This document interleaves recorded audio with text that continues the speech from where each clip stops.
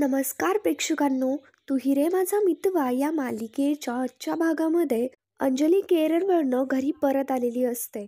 पण मात्र अंजलीचा पाय काही बरा झालेला नसतो, म्हणून घरचे सगळेच तिला ते दुःख दाखवत नसतात. मग आता त्याच्यानंतर अंजली स्वतःला सावरते. मामा अंजलीला म्हणू लागतात की तू गेल्यानंतर इथे बरंच काही काही झालं. म्हणजेच की मामा ईश्वरी आणि अर्णव यांच्या दोघांबद्दल बोलत असतात. तर मग आता अंजली म्हणते, हो का, बरंच काही काही झालं. मग आता अर्णव लगेच म्हणतो, मामा काय झालं बरंच काही काही. मग आता मामा सांगतात, अरे काही नाही, हेच रोजचं रुटीन. पण अर्णवला कळालेलं असतं. अर्णव आता म्हणतो, ताई तुला माहिती आहे का, तू गेल्यानंतर मामा आणि आजी यांच्या दोघांची एक टीम झाली होती आणि त्यांनी दोघांनी मला खूप पिडलं. आजी मग आता लगेच म्हणते, आमच्यानंतर ही अंजली तुला पिडेल, कारण ती सुद्धा आमच्याच टीम मध्ये आहे. अंजली सुद्धा म्हणू लागते की हो, आता आजी म्हणते तर मला तुला पिडावंच लागेल. आणि मग त्याच्यानंतर सगळेच हसायला लागतात. मग आता आजी अविनाशला म्हणते की चल रे, आपल्या दोघांनाही खूप काम आहेत, अर्णव आणेल तिला घरात. आणि मग आता आजी आणि मामा दोघेही तिकडनं निघून जातात. आणि मग त्याच्यानंतर अर्णव अंजली बोलत असतात. अर्णव लगेच अंजलीला म्हणतो, ताई तुला माहिती का, उद्या आईचं श्राद्ध आहे आणि तूच जर नसतीस तर मला खूप वाईट वाटलं असतं.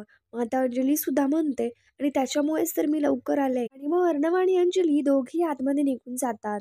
इकडे आता दुसरीकडे ईश्वरी आणि सुप्रिया ह्या दोघी एकमेकींशी बोलत असतात. आणि मग सुप्रिया ईश्वरीला सांगत असते, अचानक सातवाईच्या नातीला भेटायला जायचं ठरलं. तू सुद्धा ऑफिसमध्ये गेली होतीस, म्हटलं जाऊन यावं, आणि म्हणूनच नमो आणि आम्ही गेलो होतो. जयूताई तर आधी होत्याच तिथे. मग आता त्याच्यानंतर ईश्वरी विचारत असते, कशी आहे ग ती. पण मात्र सुप्रिया सांगते, अगं कशी असणार, लग्न झाल्यानंतर एका वर्षातच घटस्फोट झाला. पण त्याच्यानंतर सुद्धा एवढ्या मोठ्या जिद्दीने तिने एवढा मोठा साड्यांचा व्यवसाय सुरू केला. आपण नवऱ्याने फसवल्याचं दुःख या व्यवसायामुळे कमी थोडी होणार आहे. म्हणूनच या वयामध्ये जोडीदार निवडताना भानावरती राहायला हवं. हे वय असं असतं ना, इथे मनाचं जास्त आणि मेंदूचं कमी ऐकलं जातं. आणि मग आता सुप्रिया हे सांगत असते, त्याच्यामुळे ईश्वरी लगेच तिला आश्चर्याने विचारते की आई तुम्हाला अचानक मला का सांगतेयस हे. आणि मग आता इथे सुप्रिया सांगू लागते, अगं तुम्ही मुंबईमध्ये राहता आणि या मुंबईमधल्या मुलींचं खूप अवघड आहे. तर मग आता ईश्वरी लगेच म्हणते, म्हणजे तुला काय म्हणायचंय, म्हणजे मला हव्या तशा मुलाशी लग्न करायचं असं मी तुझ्याकडे हट्ट धरणार आहे का. आई फिकर नॉट, तुझं आणि बाबांचं ग्रीन सिग्नल मिळाल्याशिवाय माझी गाडी पुढेच जाणार नाहीये. आणि आई तुला आणखी सुद्धा टेन्शन आलं असेल तर मी शपथ घेऊन सांगते. सुप्रिया सांगू लागते, अगं इशू काय चाललंय, कुठच्या कुठे गेलीस तू. ईश्वरी लगेच म्हणू लागते, तुमच्या आयांचं ना असंच असतं, आधी विषय काढायचा आणि मग म्हणायचं कुठल्या कुठे पोहोचलीस तू. आणि मग आता ईश्वरी म्हणू लागते, बरं ठीक आहे, मी आवरून घेते, मला उद्या अर्णव सरांच्या घरी जायचंय. आता इथे सुप्रिया लगेच विचारते, अर्णव सरांच्या घरी का.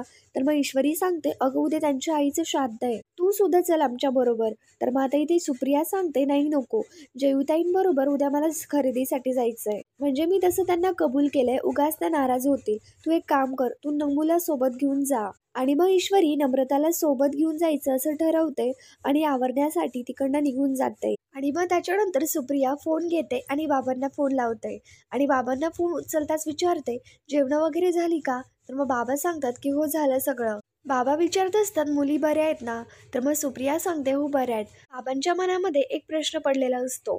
बाबा म्हणत असतात, सुप्रिया आता तरी सांग ना, की जयूताईने तुला एवढं घाईत का बोलवून घेतलं, सांग ना काय बोलायचंय तिला. सुप्रिया आता म्हणू लागते, मी तुम्हाला तेच सांगण्यासाठी फोन केलाय, मी आधी ठरवलं होतं भेटून सांगायचं, पण आता सांगूनच टाकते. जयूताईने इथे ईश्वरीसाठी एक मुलगा बघितलाय आणि त्यांना ते स्थळ अगदी मनापासून आवडलंय. तर मग आता त्याच्यानंतर बाबा विचारतात, मुलगा आहे कोण. तर मग सुप्रिया सांगते, तोच राकेश, जयूताईंचा किरायेदार. आणि मग आता बाबा सांगू लागतात, अगं तो तर इथे इंदोरला आलाय, आज सकाळी येऊन गेला आपल्या घरी. आता इथे सुप्रिया सांगत असते, अहो तो वकील आहे ना, सतत फिरती असतो म्हणे. मुलगा चांगला आहे, पण काही जरी असलं तरी सुद्धा लग्न म्हणजे आयुष्यभराचा प्रश्न आहे. बाबा आता विचारू लागतात, पण सुप्रिया ते खरं आहे, पण इशूच्या मनामध्ये त्याच्याबद्दल तसं काही आहे का. सुप्रिया सांगू लागते, नाही हो, मी तसं तिला काहीच नाही विचारलं, पण राकेश बद्दल तिला खूप आदर आहे एवढं मात्र नक्की. बाबा आता म्हणत असतात, ते वेगळं असतं, पण नवरा म्हणून काही आहे का. तर मग सुप्रिया सांगते, नाही हो, अजून तर ती तसं काहीही बोलली नाहीये. बाबांचं म्हणणं असतं की ते बरोबर आहे, पण आपण घाई नको करायला. नमूच्या बाबतीमध्ये असं झाल्यानंतर मला भीतीच वाटते, तो कोण कसा निघेल काही सांगता येत नाही. सुप्रियाला सुद्धा हे बाबांचं बोलणं पटत असतं. सुप्रिया विचारत असते, तुमचं येण्याचं नक्की आहे का. तर मग बाबा म्हणू लागतात, तसं काही नाहीये, मी तुला कळवेल. आणि मग आता ते दोघेही फोन ठेवून देतात. इकडे बाबांना ईश्वरीची खूप काळजी वाटत असते आणि बाबा आता स्वतःशीच म्हणू लागतात, ईश्वरीसाठी तो राकेश माणूस तर तसा खूप भला वाटतो. आणि मग त्याच्यानंतर दुसऱ्या दिवशी सकाळी अर्णवच्या घरी त्याच्या आईचं श्राद्ध सुरू असतं. सगळे शांतपणे ते श्राद्धासाठी बसलेले असतात. अर्णव पूजेसाठी बसलेला असतो. आजी, अंजली सगळे शांत असतात आणि सगळेच इथे सात्विकाचा फोटो पाहता इमोशनल झालेले असतात. आणि मग त्याच्यानंतर अर्णवला लगेच त्यांच्यामध्ये घडलेले प्रकार आठवू लागतात. म्हणजे सात्विका कशा पद्धतीने अर्णव अंजली यांच्या दोघांची काळजी घ्यायची, ते सर्व काही अर्णव आणि अंजली यांच्या दोघांनाही आठवत असतं. ते कसे एकत्र तिघेही खेळायचे हे सर्व काही तिला आठवत असतं. आणि मग आता त्याच्यानंतर अर्णवला आठवू लागतं की जेव्हा अर्णव लहान होता तेव्हा सात्विका त्याच्यासाठी टिफिन घेऊन आली आणि सात्विकाने टिफिनमध्ये शिरा दिला होता. तेव्हा अर्णव म्हणाला होता की आई, मला गोड फक्त तुझ्याच हातचं आवडतं. आजी तर इमोशनल होत खूप रडत असते आणि अंजलीला स्वतः सावरण्याचा प्रयत्न करत असते. वल्लरी सुद्धा तिथेच बसलेली असते, पण तिला या सगळ्या गोष्टीचं काहीही घेणं देणं नसतं. म्हणून वल्लरी तिकडनं बाहेर निघून जाते. इकडे आता अर्णवला घडलेला प्रकार आठवू लागतो. जेव्हा सात्विकाने सुसाईड केलं तेव्हा अर्णव आणि अंजली दोघांनीही ते सगळं पाहिलं. पण मात्र आई नसताना अर्णवची काय हालत झाली, या सर्व गोष्टीमुळे अर्णव आता चिलबिचल होत असतो. अर्णवला आई तू कुठे, आई तू कुठे असे आवाज ऐकायला येत असतात. पण मात्र आता त्याच्यानंतर इथे आता वल्लरी बाहेर असते. तेवढ्यात तिथे ईश्वरी आणि नम्रता या दोघी येत असतात आणि वल्लरी त्यांच्या दोघींना येताना पाहते. आणि मग त्याच्यानंतर त्या दोघी इथे त्याच्या समोरून उभे राहतात. वल्लरी ईश्वरीकडे पाहत असते आणि तिला त्यांच्यामधला घडलेला प्रकार आठवतो. म्हणजेच की ईश्वरीने कसं खणकावून सांगितलं होतं की मी अर्णव सरांच्या जवळ जाण्याचा कुठलाही प्रयत्न करत नाहीये. आणि तिला त्याचं सुद्धा बोलणं आठवत असतं की अर्णवच्या जवळ जाण्याचा तू जो काही प्रयत्न करतेस ना, तो प्रयत्न आता थांबवायचा. आणि मग त्याच्यानंतर ईश्वरी आणि नम्रता दोघी हात जोडतात, म्हणजे मामींना आशीर्वाद असं त्या सांगत असतात.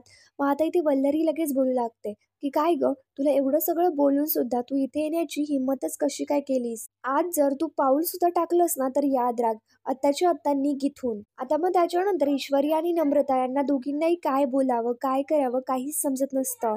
आता पण मात्र तेवढ्यात अंजली त्यांच्या दोघींनाही आलेलं पाहते. आता वल्लरी सांगत असते निघ इथून, सांगितलेलं कळत नाही का तुला? त्यांच्या दोघींनाही काय करावं काहीच समजत नसतं. तेवढ्यात आता अंजली त्यांच्या दोघींकडे येते आणि म्हणू लागते, ईश्वरी आणि नम्रता कधी आलात आणि अशा दारात का थांबलात, आतमध्ये या ना. ईश्वरी याच्यावरती हो बोलते आणि अंजली त्यांच्या दोघींनाही घेऊन आतमध्ये येते. मात्र आता इथे वल्लरी खूप चिडलेली असते आणि डोळे मोठे करत त्यांच्या दोघींकडेही पाहत असते. अर्णव तर पूजेसाठीच बसलेला असतो आणि सात्विकाचा फोटो पाहता इथे ईश्वरीला सुद्धा खूप शांत वाटत असतं. ती सुद्धा शांतपणे तो सगळा प्रकार पाहत असते. म्हणजे सात्विकाने कशी त्यांच्या दोघांसाठी अगदी प्रेमाने ड्रेस शिवत होती हे अर्णवला आठवत असतं. म्हणजे अर्णव तर पूर्ण भूतकाळात निघून गेलेला असतो. आणि मग त्याचबरोबर ईश्वरीने अर्णवच्या आईचं शिलाई मशीन स्वतः प्रेमाने दुरुस्त केलं. ते दुरुस्त होत नसताना देखील, आणि हे सगळं फक्त ईश्वरीमुळे शक्य झालं. ईश्वरी तर शांतच असते, पण मात्र आता इथे मामी तर खूप रागात ईश्वरीकडे बघत असते. ईश्वरी सुद्धा हात जोडून इमोशनल शांत असते.